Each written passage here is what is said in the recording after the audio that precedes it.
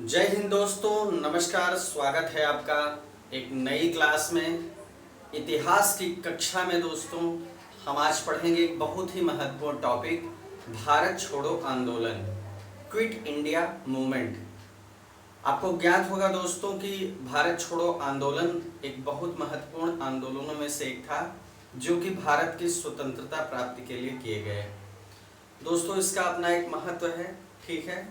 और कहीं ना कहीं इस समय तक जो है भारतीय जनमानस आर पार की लड़ाई के मूड में आ चुका था। उसे ये एहसास भी हो गया था, ये आत्मविश्वास भी हो गया था कि अब वो दिन दूर नहीं जब हम अंग्रेजों को अपनी सरजमीन से बाहर खदेड़ देंगे। तो दोस्तों आइए हम उस आंदोलन, उस ऐतिहासिक आंदोलन को पढ़ेंगे आज की क्लास में। उससे संबंधित फैक्ट्स जो आपकी परीक्षा में पूछे जाने हैं या पूछे गए हैं उनको जो है डिटेल में देखेंगे। एक एक वो बातें हम आपको बताएंगे, छोटी से छोटी बातें जो कि आपके एग्जाम में इस टॉपिक से आ सकती हैं, और इस टॉपिक को समझने का प्रयास करेंगे कि इसके क्या घटनाक्रम घटे और इसका क्या परिणाम हुआ। तो चलिए दोस्तों शुरू करते हैं आज का अपना टॉपिक जो है भारत छोड़ो आंदोलन। भारत छोड़ो आंदोलन, क्विट इंडिया मूवमेंट, ठीक है। ये है हमारा भारत छोड़ो आंदोलन, ठीक। अब इसमें हम देखेंगे कि कौन कौन से डेटा ऐसे हैं जो आपको जानने हैं। क्रम से लेके चलेंगे डिटेल्स की तरफ कि कब से कब क्या हुआ, किस तिथि पे कौन सी चीजें घटित हुई, ठीक है। तो शुरू करते हैं दोस्तों 14 जुलाई से। 14 जुलाई 1942, 14 जुलाई 1942 से शुरू करते हैं। कांग्रेस की समिति की बैठक होती है। कांग्रेस समिति की बैठक होती है, ठीक है। और इसके बाद क्या होता है, इस बैठक में कौन कौन लोग भाग लेते हैं ये जानना हमारे लिए आवश्यक है दोस्तों। इस बैठक में कौन कौन लोग शामिल होते हैं? मौलाना अबुल कलाम आजाद, अबुल कलाम आजाद, ठीक है। सरोजनी नायडू, सरोजनी नायडू, ठीक है। वल्लभ भाई पटेल, वल्लभ भाई पटेल, जवाहरलाल नेहरू। क्योंकि देखिए परीक्षा में कई बार इस तरह पूछा जाता है कि भारत छोड़ो आंदोलन में कौन शामिल नहीं था, कौन लोग शामिल थे, तो ये महत्वपूर्ण है, इसलिए आपको नाम पे ध्यान देना होगा दोस्तों। जवाहरलाल नेहरू, इसके बाद और कौन है? डॉक्टर राजेंद्र प्रसाद, डॉक्टर राजेंद्र प्रसाद, सीतारमैया, सीता रमैया, जीवी पंत,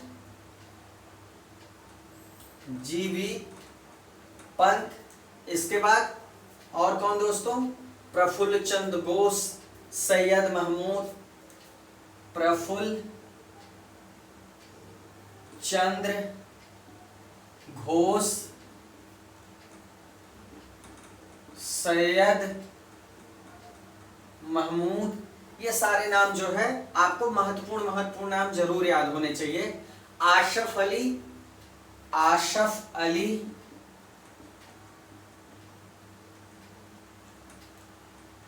जे बी आचार्य थे, जे बी कृपलानी, ठीक है। ये लोग शामिल थे दोस्तों, ध्यान दीजिएगा इन नामों के बारे में। और लास्ट में या फर्स्ट कह लीजिएगा, सबसे महत्वपूर्ण नाम इसमें शामिल था, वो कौन था? महात्मा गांधी, ठीक है। वो नाम क्या था? महात्मा गांधी का। इतने लोगों ने कांग्रेस की समिति में जो है कि बैठक में भाग लिया। कांग्रेस की समिति की जो बैठक हुई उसमें इतने लोगों ने भाग लिया। कब की बात है? 14 जुलाई 1942 की बात है। तो ये आपके पास डेटा होना चाहिए। चलिए अब इसके बाद देखते हैं दोस्तों यहां पर क्या होता है। भारत छोड़ो नामक प्रस्ताव पारित होता है। यहां पर क्या हुआ इस बैठक में? इस बैठक में भारत छोड़ो प्रस्ताव पारित हुआ। ठीक है, भारत छोड़ो प्रस्ताव पारित हो जाता है। अब आइए दोस्तों आगे देखते हैं, आगे का घटनाक्रम देखते हैं। जब यहां पर प्रस्ताव पारित हो जाता है इसके बाद क्या होता है? अब यहां पर आपको यह जानना है एक तथ्य और कि जो कांग्रेस कार्य समिति की बैठक होती है दोस्तों, इसकी अध्यक्षता कौन करता है? ठीक है, इसकी अध्यक्षता कौन करता है?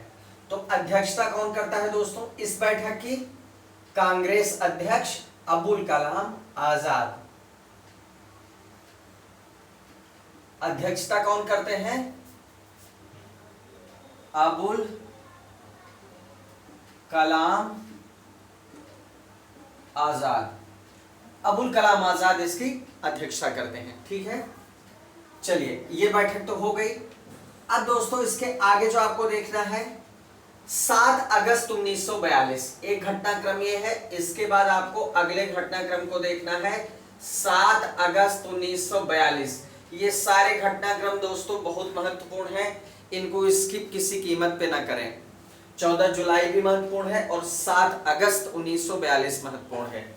इसमें क्या होता है दोस्तों? 7 अगस्त को बंबई के ऐतिहासिक ग्वालिया टैंक में, बंबई के ऐतिहासिक ग्वालिया टैंक, बंबई के ऐतिहासिक ग्वालिया टैंक में अखिल भारतीय कांग्रेस की जो है बैठक होती है। ठीक है, अखिल भारतीय कांग्रेस की बैठक होती है। अखिल भारतीय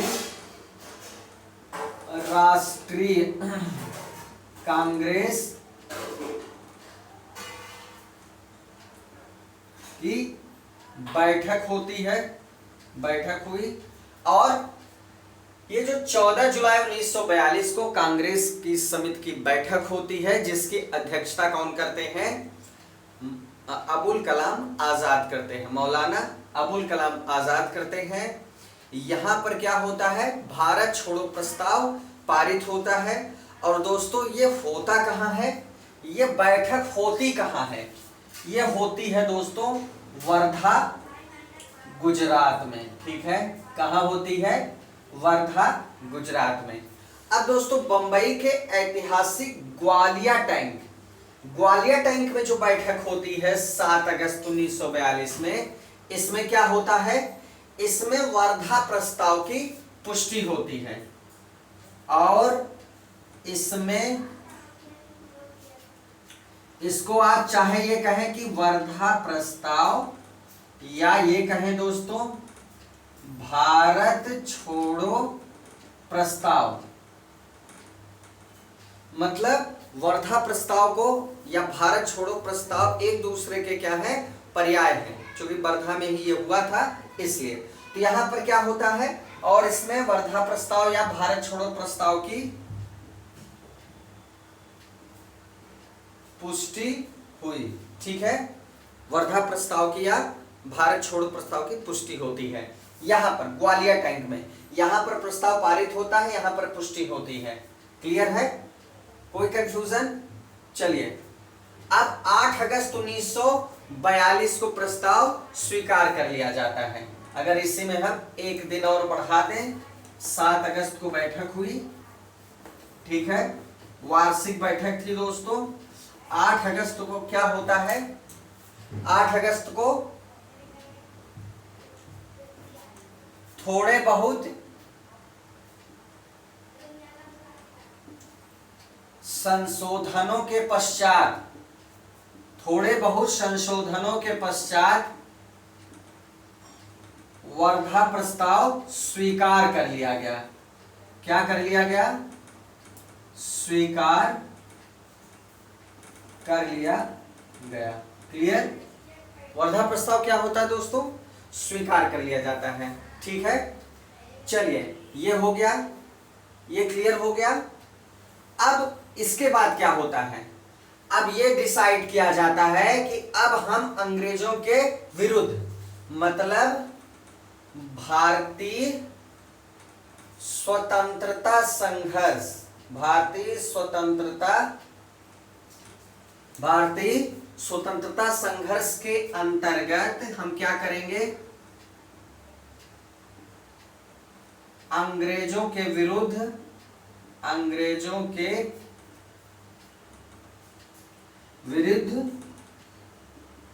भारत छोड़ो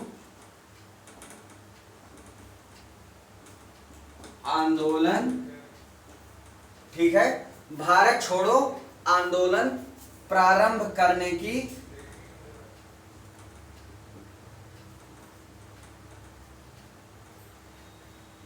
घोषणा की गई। क्लियर? क्या घोषणा की गई? 8 अगस्त 1942 को क्या हुआ कि वर्धा प्रस्ताव की बातों को स्वीकार कर लिया गया। थोड़े बहुत संशोधनों के पश्चात थोड़े बहुत संशोधन किए गए और उसके बाद ये प्रस्ताव सर्वसम्मति से मान लिया गया और ये जो निर्णय लिया गया, ये घोषणा की गई कि अब हम जो है अपने जो स्वतंत्रता संघर्ष को चला रहे हैं, जो हम अपने स्वतंत्रता संघर्ष या स्वाधीनता संघर्ष को चला रहे हैं, इसके अंतर्गत अब हम लोग अंग्रेजों के खिलाफ भारत छोड़ो आंदोलन प्रारंभ करेंगे। ठीक है, इस बात पे मुहर लग जाती है। ठीक है, क्लियर हुआ? चलिए, ये फैक्ट क्लियर हो गया।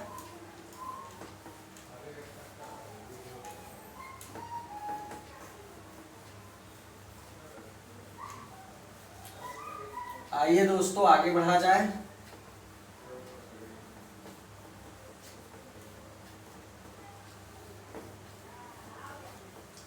आइए आगे बढ़ते हैं।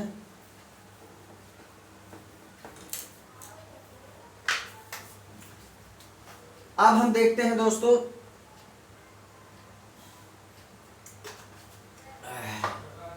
अब हम देखते हैं महात्मा गांधी ने इस आंदोलन को प्रारंभ करने के पूर्व क्या बयान दिया। हम देखेंगे कि महात्मा गांधी जी ने इस आंदोलन को प्रारंभ करने के पहले क्या बयान दिया, क्या क्या चीजें इसमें शामिल होनी चाहिए, महत्वपूर्ण है, इसलिए जानना आवश्यक है हमारे लिए। आइए देखते हैं। भारत छोड़ो आंदोलन 1942, भारत छोड़ो आंदोलन 1942 प्रारंभ करने के पूर्व, या आंदोलन प्रारंभ करने के पूर्व, ठीक है, महात्मा गांधी ने क्या बयान दिया। आइए देखते हैं उन्होंने क्या कहा, क्या आह्वान किया कि किस तरह यह आंदोलन शुरू होगा। ठीक है, इनका कहना क्या है? सरकारी कर्मचारी नौकरी न छोड़े लेकिन कांग्रेस के प्रति अपनी निष्ठा की घोषणा कर दें। ठीक है, मतलब ये नहीं कि सरकारी नौकरी वाले जो है वो नौकरी छोड़ के कूद आए। महात्मा गांधी जी को ये पता था दोस्तों कि नौकरी छोड़ना या पूरी तरह से सब चीज़ों को जो है आग लगा देना, उसके बाद आंदोलन में कूद पड़ना, ये व्यवहारिक रूप से संभव नहीं हो सकता है। और ये जो है अनुभव वो पिछले आंदोलनों के अनुभव से प्राप्त कर चुके थे, ये उनको पता चल चुका था।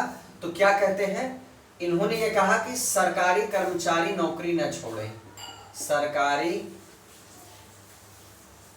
कर्मचारी नौकरी न छोड़े, ठीक है, नौकरी न छोड़े, लेकिन कांग्रेस के प्रति, लेकिन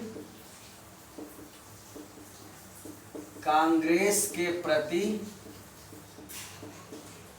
अपनी निष्ठा की घोषणा कर दें, अपनी निष्ठा की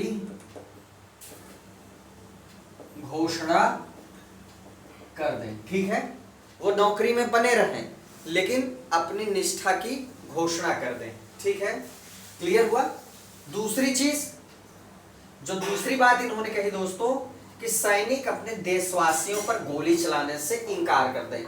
जो सैनिक हैं भर्ती में, अंग्रेजों की सेना में जो भारतीय सैनिक हैं, उनसे आह्वान किया कि वो अपने देशवासियों के ही ऊपर जैसे विद्रोह का दमन करने के अंतर्गत ऐसा न करें कि अपने देशवासियों पर ही गोली चला दें। इसके लिए उन्होंने आह्वान किया उनको। ठीक है, कि सैनिक अपने देशवासियों पर, अपने देशवासियों पर गोली चलाने से इनकार कर दें। ठीक है, यह आह्वान उन सैनिकों के लिए था जो भारतीय सैनिक जो है ब्रिटिश सरकार में सेना में शामिल थे। ठीक है, दूसरी बात हो गई महत्वपूर्ण।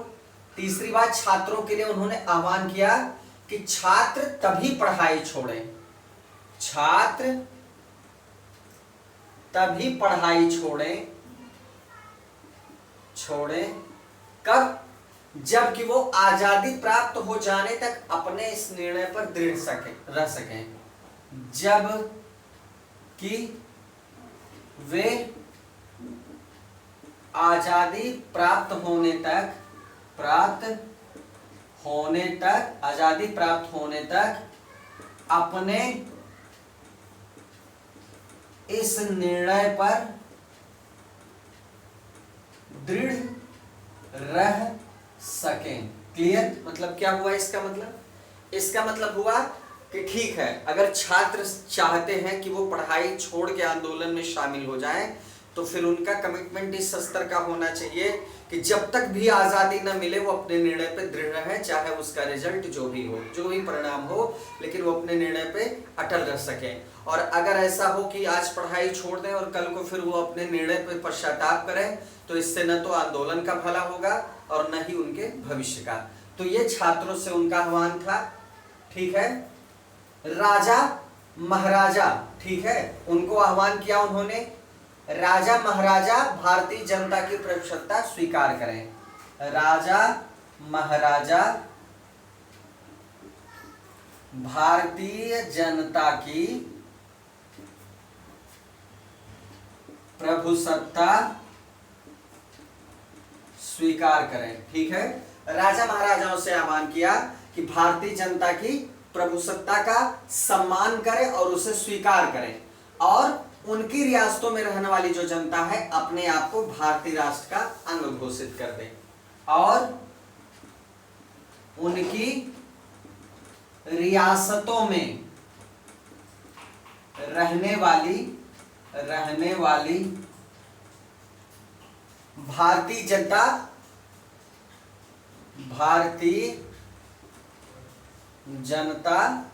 क्या करे? अपने आप को भारतीय राष्ट्र का अंग घोषित कर दे, अपने आप को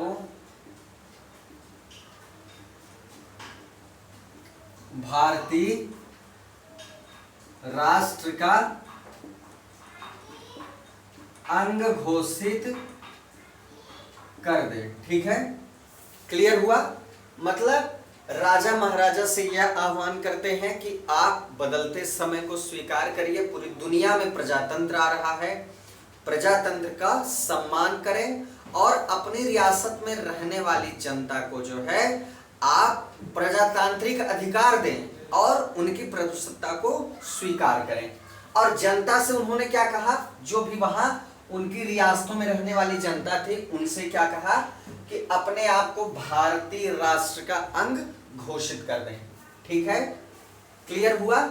और राजाओं का नेतृत्व तभी मंजूर करें, ठीक है, ये तो करें ही, और राजाओं को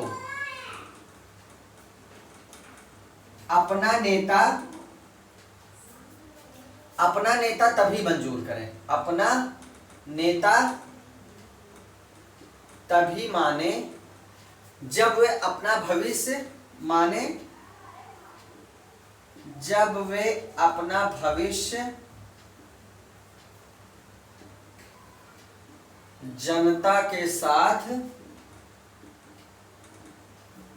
जोड़ लें। समझिएगा, यहां पर एक आगाह किया जा रहा है, जनता का आह्वान किया जा रहा है कि अपना नेतृत्व उन्हीं राजाओं को सौंपे जो आपको आपके प्रजातांत्रिक अधिकार को देने की बात करते हैं और आपके भविष्य की बात करते हैं, आपसे जुड़ने की बात करते हैं, ठीक है, और अपने आप को भारतीय राष्ट्र का अंग समझें। क्लियर हुआ दोस्तों? ठीक है, तो ये बहुत ही महत्वपूर्ण है, आप इसको हल्के में मत लीजिएगा।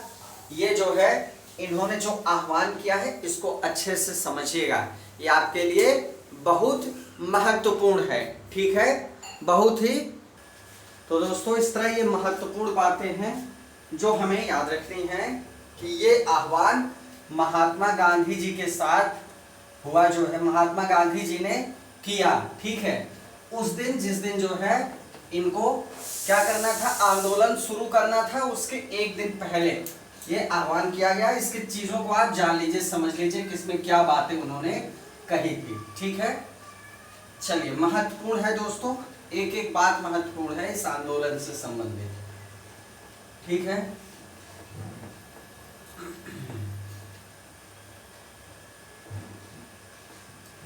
चलिए आगे बढ़ते हैं दोस्तों, ठीक है। अब यहां पर दोस्तों ये जो बातें कही गई, इसके अलावा महात्मा गांधी जी ने कुछ बातें और कही और बहुत महत्वपूर्ण स्टेटमेंट है वो। उसमें उन्होंने क्या कहा कि संपूर्ण आजादी, मुख्य बातें देखेंगे, कीवर्ड्स देखेंगे कि उन्होंने क्या कहा कि संपूर्ण आजादी से कम, संपूर्ण आजादी से कम मैं किसी भी चीज से, मैं किसी भी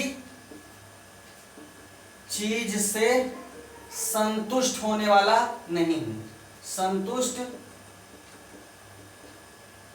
होने वाला नहीं हूं। मतलब महात्मा गांधी जी ने यह ठान लिया था कि अब मुझे जो है, या अब हमें, हम भारतीय जनता को अंग्रेजों से मुक्ति पा लेनी है, ठीक है। तो संपूर्ण आजादी की बात ये कर रहे थे महात्मा गांधी जी, ठीक है। इन्होंने कहा क्या कहा कि हो सकता है अंग्रेज सरकार क्या करे, नमक टैक्स, शराबखोरी आदि खत्म करने का प्रस्ताव करे, आदि को खत्म करने का प्रस्ताव करे। मतलब क्या कहने का मतलब था इनका कहने का मतलब यह था कि हो सकता है कि अंग्रेज सरकार ये प्रलोभन दे कि चलिए हम नमक पर टैक्स खत्म कर दे रहे हैं, अगर आप लोग जो है आंदोलन कर रहे हैं तो हम कुछ रियायतें दे देते हैं, नमक टैक्स पे जो है, नमक पे टैक्स खत्म कर देते हैं, शराबखोरी पर जो है क्या करते हैं, प्रतिबंध लगा देते हैं और कुछ रियायतें दे देते हैं, लेकिन मैं अब संपूर्ण आजादी से कम किसी भी कीमत पे जो है संतुष्ट होने वाला नहीं हूं। ये महात्मा जी के शब्द थे, ठीक है, क्लियर हुआ। और इसी आंदोलन में फाइनली उन्होंने एक मंत्र दिया दोस्तों, गांधी जी ने क्या दिया, एक मंत्र दिया, ने एक मंत्र दिया, ठीक है। और वो मंत्र क्या था दोस्तों, करो या मरो, करो या मरो, डू और डाई, करो या मरो, ये इनका ऐतिहासिक जो है स्लोगन है, करो या मरो, और आज भी ये हमें प्रेरित करता है। तो इस तरह जो है करो या मरो का नारा दिया कि मतलब या तो हम आजादी लेके रहेंगे और या तो आजादी के इस संघर्ष में हम मर मिट जाएंगे, ठीक है। इसका यही मतलब था कि आजादी के इस संघर्ष में हम लोग या तो मर मिट जाएंगे और या तो फिर हमें आजादी मिलके ही रहेगी, ठीक है। चलिए ये बात होती है। इसके बाद क्या होता है दोस्तों, 8 अगस्त हमने देखा 8 अगस्त 1942 को 8 अगस्त 1942 को अखिल भारतीय कांग्रेस कमेटी की बैठक में अखिल भारतीय कांग्रेस कमेटी की बैठक में क्या होता है दोस्तों? अखिल भारतीय कांग्रेस कमेटी की बैठक में पंडित जवाहरलाल नेहरू द्वारा पंडित जवाहरलाल नेहरू द्वारा क्या किया जाता है? भारत छोड़ो प्रस्ताव पेश किया जाता है। भारत छोड़ो प्रस्ताव, ठीक है, ये पेश किया जाता है, पेश किया गया, ठीक है। याद रखिएगा दोस्तों, 8 अगस्त 1942 में किसके द्वारा पेश किया गया? पंडित जवाहरलाल नेहरू के द्वारा। कौन सा प्रस्ताव? भारत छोड़ो प्रस्ताव। इन्होंने क्या किया? प्रस्ताव पेश किया जिसका सरदार वल्लभ भाई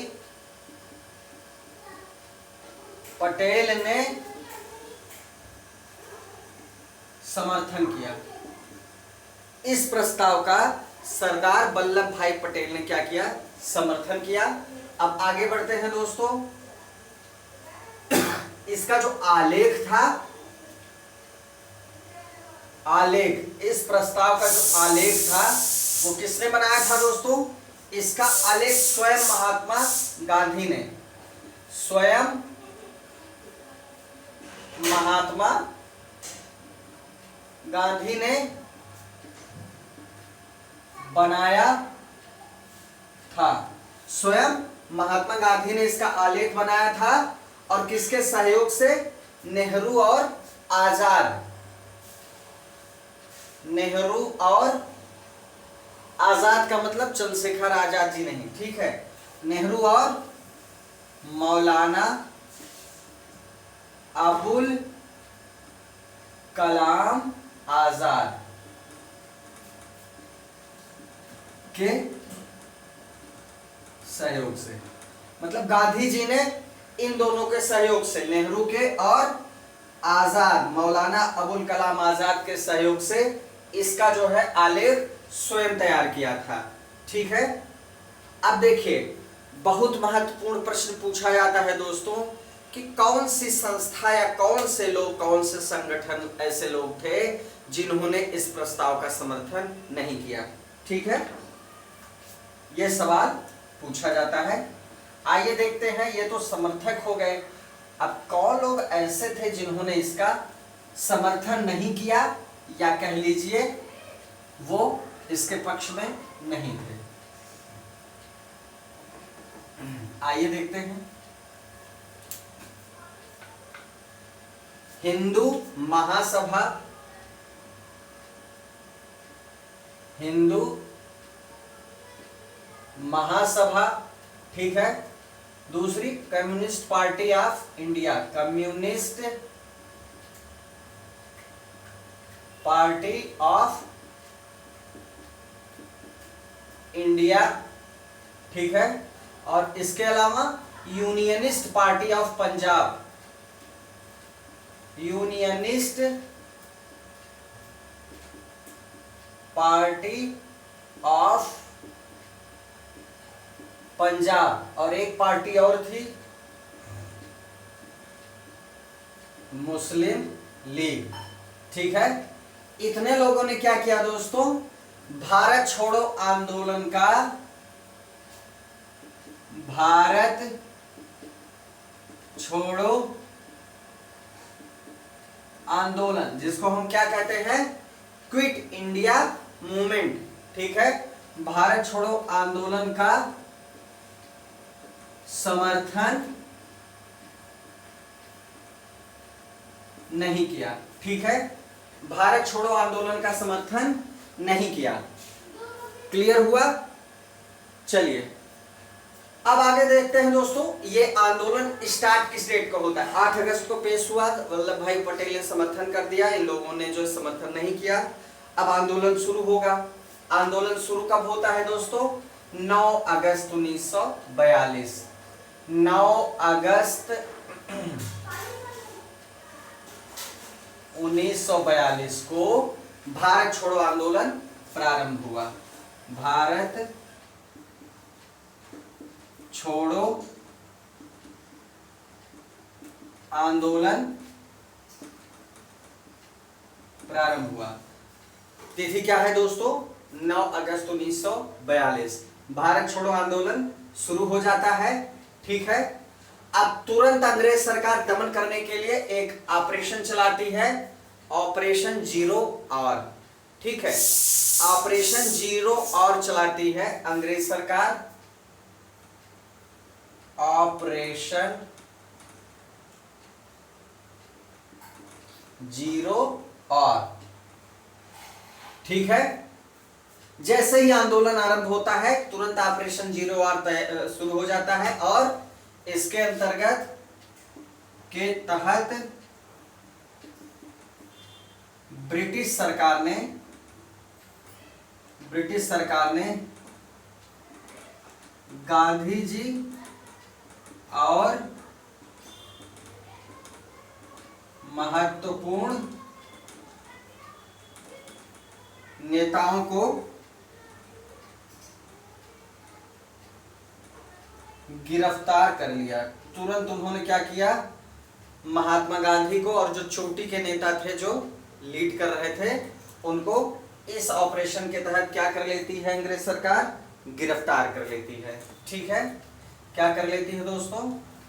गिरफ्तार कर लेती है। ठीक है, चलिए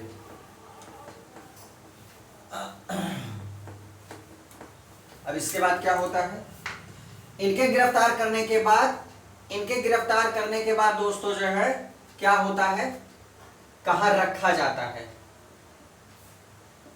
गांधी जी को, ठीक है, गांधी जी को गिरफ्तार करके सरोजनी नायडू सहित कहा? आगा खां पैलेस। ठीक है, पूना के आगा खां पैलेस में, पूना के आगा खां पैलेस में रखा गया।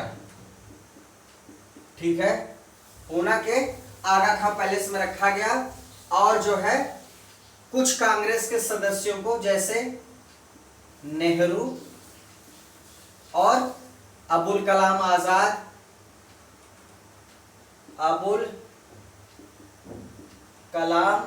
आजाद, ठीक है, और इसके बाद अबुल कलाम आजाद, गोविंद वल्लभ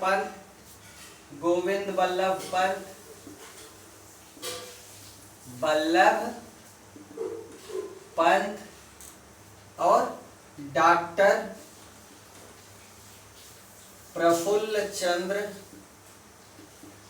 घोष। ठीक है, डॉक्टर सीतारमैया और सैयद महमूद तथा आचार्य JB कृपलानी।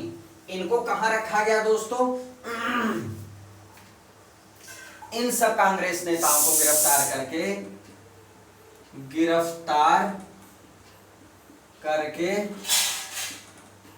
अहमदनगर जेल में रखा गया। कहां के रखा गया दोस्तों? अहमदनगर जेल में बंद कर दिया गया। ठीक है, अब कांग्रेस कार्य समिति के सदस्य थे दोस्तों डॉक्टर राजेंद्र प्रसाद। कांग्रेस कार्य समिति के एक सदस्य थे डॉक्टर राजेंद्र प्रसाद जी, जो कि राष्ट्रपति बने बाद में। कांग्रेस कार्य समिति के सदस्य डॉक्टर राजेंद्र प्रसाद क्या था, बंबई नहीं आए थे। ठीक है, ये कहां थे दोस्तों, पटना में ही थे। तो इन्हें गिरफ्तार किया गया और पटना में बांकीपुर जेल है, पटना में बांकीपुर जेल में क्या कर दिया गया, नजरबंद कर दिया गया, नजर बंद कर दिया गया। क्लियर? ठीक है, क्या हुआ, इनको यहां बंद कर दिया गया। शिव कुमार और रामानंद को हजारीबाग में गिरफ्तार किया गया। ठीक है, ये भी महत्वपूर्ण नेता थे। शिव कुमार और रामानंद को हजारीबाग में गिरफ्तार कर लिया गया। ठीक है, अब दोस्तों इसके बाद क्या हुआ, क्या देखिए सारे महत्वपूर्ण नेता तो गिरफ्तार हो गए। हमने लिस्ट में देखा कि अहमदनगर में ही सारे नेता डाल दिए गए। पूना के आगा खां जेल में महात्मा गांधी और सरोजिनी नायडू को रख दिया गया। डॉक्टर राजेंद्र प्रसाद को कहां रखा गया, पटना में बांकीपुर जेल में रख दिया गया। तो सारे जो महत्वपूर्ण नेता थे वो तो गिरफ्तार हो गए ऑपरेशन जीरो के अंतर्गत। तो दोस्तों इससे जो है सबसे बड़ा फायदा क्या हुआ दोस्तों, जब देखा जनता ने कि सारे महत्वपूर्ण नेता गिरफ्तार हो रहे हैं, लड़ हमारे देश के लिए ही रहे हैं, तो क्या अब वो समय नहीं आ गया है कि हम इस चीज को आत्मसात कर लें, करो या मरो के नारे को आत्मसात कर लें। तो दोस्तों वास्तव में जनता ने इस नारे को आत्मसात कर लिया। करो या मरो के नारे को आत्मसात करके वो पूरी तरह से स्फूर्त होके भारत छोड़ो के इस आंदोलन में कूद पड़े और अंग्रेजों को भगाने के लिए उन्होंने कमर कस ली। इसके आगे की बातें हम जो है अगले वीडियो में करेंगे दोस्तों। आज के लिए इतना ही। बहुत सारी चीजें आज हुई हैं, उसको आप एक नोट्स फॉर्मेट में जरूर बना के तैयार करें। बहुत ही इंपॉर्टेंट टॉपिक है, उससे सवाल बहुत पूछता है। तो दोस्तों आज के लिए इतना ही। मुझे पूरी उम्मीद है कि आपको सारी चीजें समझ में आई होंगी। मिलते हैं नेक्स्ट वीडियो में। जय हिंद।